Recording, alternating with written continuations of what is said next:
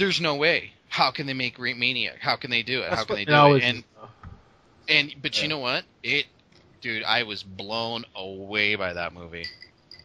I mean, I truly was. So, I mean, I know, Xander, you hadn't seen it, and you were a little kind of...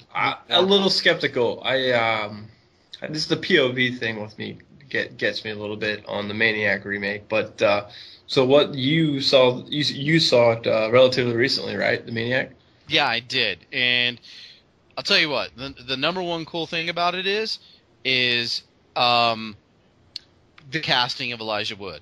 He almost gives this whole Norman Bates, Anthony Perkins type of feel to it, instead of this kind of ugly boogeyman that Joe Spinell plays in it. So he gives it that's number one. That's the different perspective that I like that they took on it. The second one was the POV. The POV was shot really stylistically, and why I say that is because the only parts that you see him is when he's like, looking in the mirror, or after he kills somebody. Because after he kills somebody, you see his face.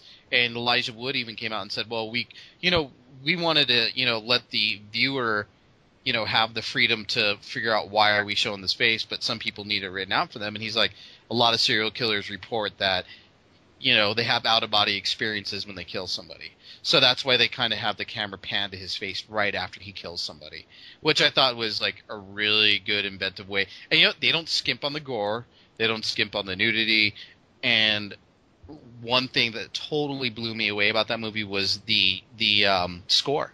The score was just great. Oh, I read. Oh, fuck! I know who. I freaking read who did the score. Yeah, it was Slash. It was Slash the Snake. No. No, Slash did the score for his movie. Did he really? Yeah. If you just YouTube Maniac remake score, and you can just listen to the songs, it's just really hypnotic and spooky. I'll tell you, it kind of like Trent Reznor did it, kind of? Yes. He didn't do it, but the same like electronic industrial kind of sound. Yeah, and it doesn't take away from the original at all. It's just a good movie. You guys should. I'd recommend putting it on your list. I'm gonna fucking love this movie. And I was the other day, had my Comcast remote, and I was looking and I was hovering over Only God Forgives. Is that the name of it? Yeah, I've been wanting to see that. It was that and Maniac are both on my Comcast right now. And I know I'm gonna love at least Maniac. And I want to say, it's like I talked about this before. It's like having like a little gem there that that when you want to watch, when you're in the mood to watch an awesome horror movie, you have it there. That's what Maniac is for me right now. And who wrote it was Alexandra Aja. Yeah, and who else wrote it? The two guys who wrote The Hills Have Eyes remake. Yeah, same partners there.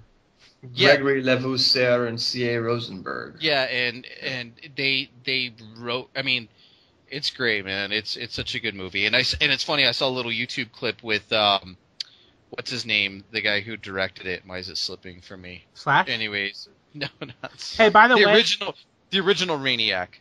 I'm gonna forget this if I. Lustig, William Lustig. Yeah, Lustig loved the movie, by the way. Before I forget this, just real quick, you mentioned Alex Aja. The high tension commentary track is one of the best I've heard, and they break down to you how they so successfully captured tension in that movie, down to the editing, the sound. It's awesome. So if you have that DVD kicking around, check out the commentary track. It's phenomenal.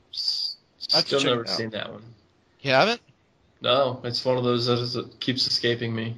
I fell asleep during it, and then my wife's like, "What?" I think she was watching it at IFC, and I had fell asleep, and she's like, "You gotta wake up and watch this with me." I was like, "What was this?" "Oh, I'll watch it later," but I did. It was great. I love that movie. High Tension's great. He does great, with the exception I didn't really care for Mirrors too much, but other than that, his movies are pretty good. The Mirrors was just kind of a paycheck though, because they straight up just gave him money for that. Yeah.